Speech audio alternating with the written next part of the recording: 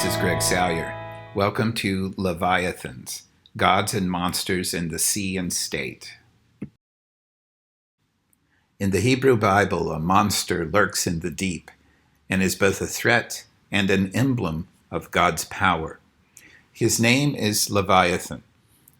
In response to Job's plea for a referee to judge his suffering, the whirlwind comes down and asks Job, "Can you draw out Leviathan with a fishhook, or press down its tongue with a cord?"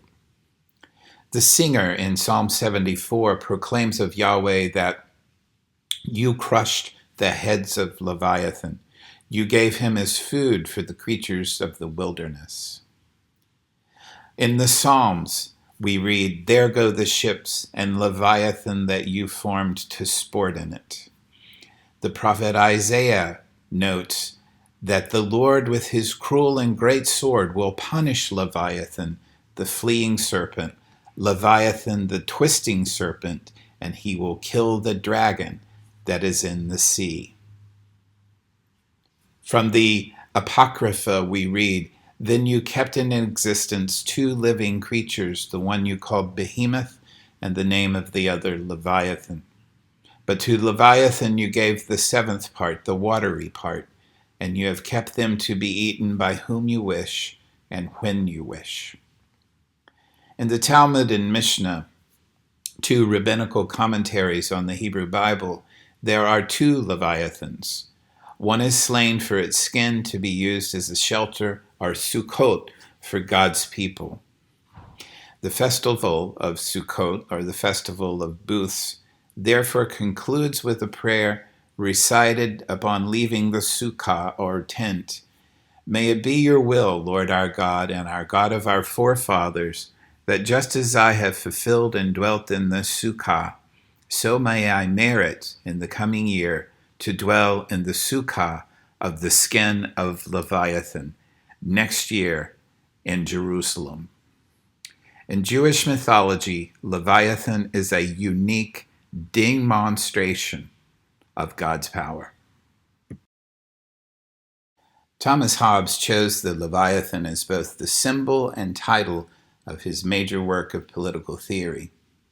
He lived in 17th century England and saw firsthand the brutality and stupidity of the English civil wars that led to the beheading of Charles I.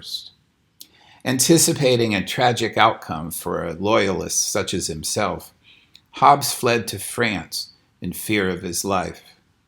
It was in exile then that he composed Leviathan, which is a unique synthesis of political and natural science, as well as religion. The tome was published in 1651 and immediately created controversy, claiming as it did that the universe was mechanistic, not spiritual, and that England should have a monarch, not a parliament. It was to eliminate controversy for good, however, that Hobbes wrote Leviathan. His philosophical method claimed to provide indisputable conclusions, and its depiction of the Leviathan of society suggested that the Hobbesian method could put an end to controversy, war, and fear. He offered an original political theory that proposes to tame monstrous humanity by making of them collectively a god monster called the state.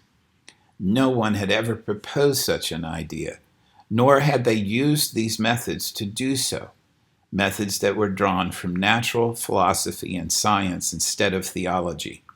In fact, Hobbes is the first to practice what we now call political science. Hobbes saw personally and painfully that religion not only did not address the warlike human state of nature, it exacerbated it. What was needed to address the monstrous nature of humanity was another monster, an absolute sovereign, or Leviathan, in the form of the state. What was required of the sovereign subject was utter obedience, and what human beings got in return was peace. While we lose our relative freedom in this exchange, we can still have the right to exist, which is the most important right of humanity. As Hobbes notes, during the time when men live without a common power to keep them all in awe, they are in a condition which is called war, and such a war as is of every man against every man. In such a condition, there is no place for industry, no culture of the earth, no navigation, no commodious building, no instruments of moving, no knowledge of the face of the earth, no account of time, no arts, no letters, no society, and which is worst of all, continual fear and danger of violent death, and the life of man solitary, poor, nasty, brutish, and short. Continuing to exist in the state of nature is not only undesirable, it is unsustainable. Individuals must transcend their nature, which also involves moving beyond the natural freedoms that come with being human. What is needed then is a social contract, that is, an agreement on the part of everyone to give up certain natural freedoms for the sake of the collective good, which includes rights not otherwise provided for in nature. Primary among these rights are those to safety and security. Hobbes' unique approach here is to understand natural law not as a source of moral guidance, as it always had been, but as something that must be transcended. Justice, then, is not natural, but cultural.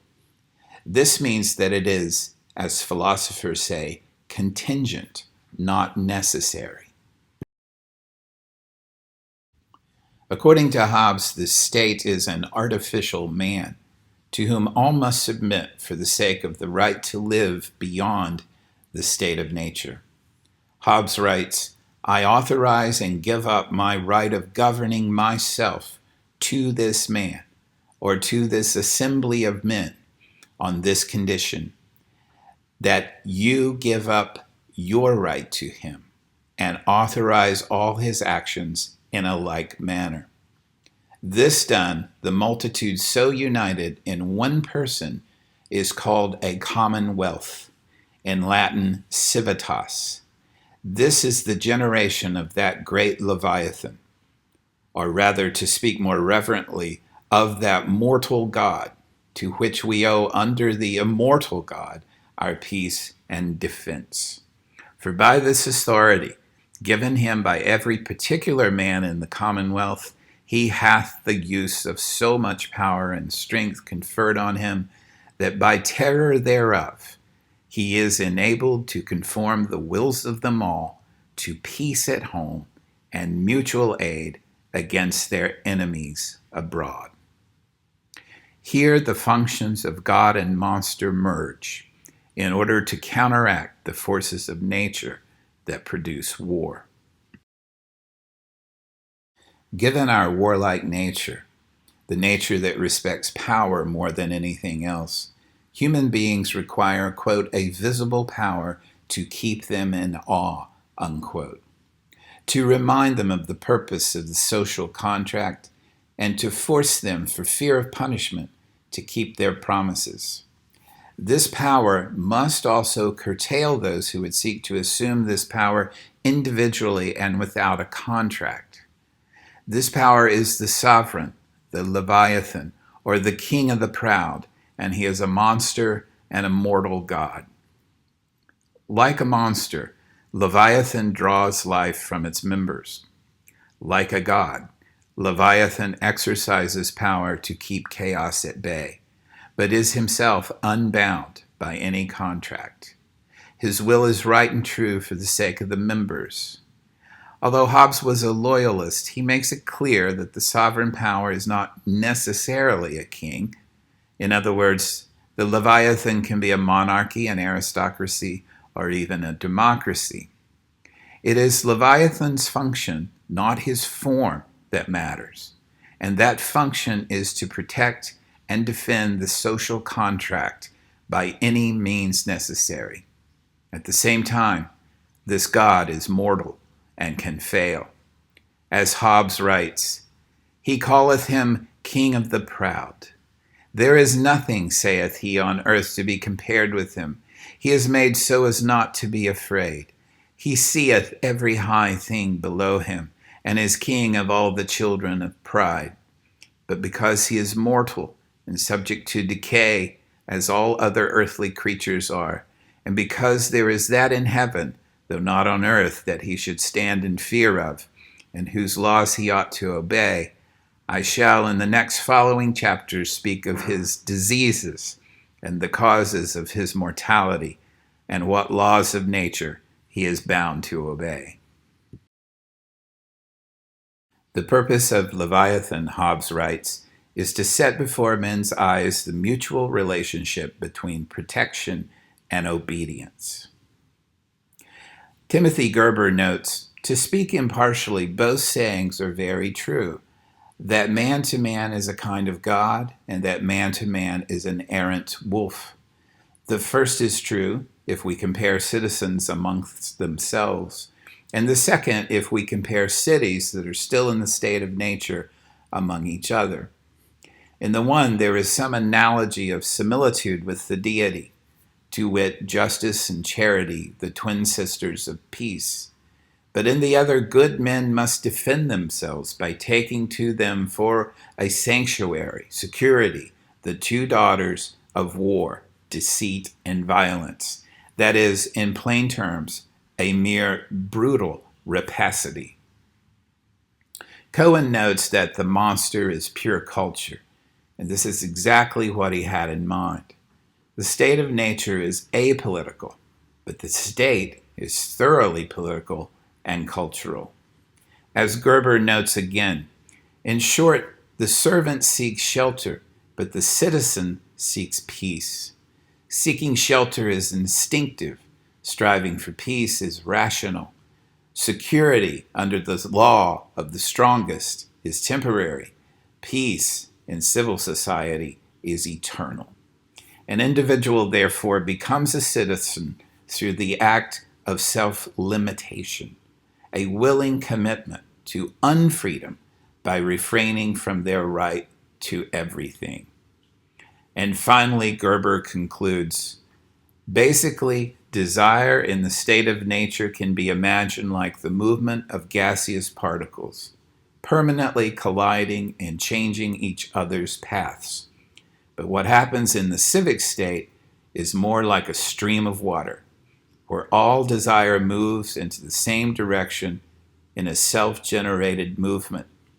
That which keeps humans moving is therefore not merely the material need for security, but something that goes beyond food, shelter, and comfort, a need for growth and a desire for the new. Timothy Gerber continues, basically, the desire in the state of nature can be imagined like the movement of gaseous particles, permanently colliding and changing each other's paths. But what happens in the civic state is more like a stream of water, where all desire moves into the same direction in a self-generated movement. That which keeps humans moving is therefore not merely the material need for security, but something that goes beyond food, shelter, and comfort, a need for growth and a desire for the new.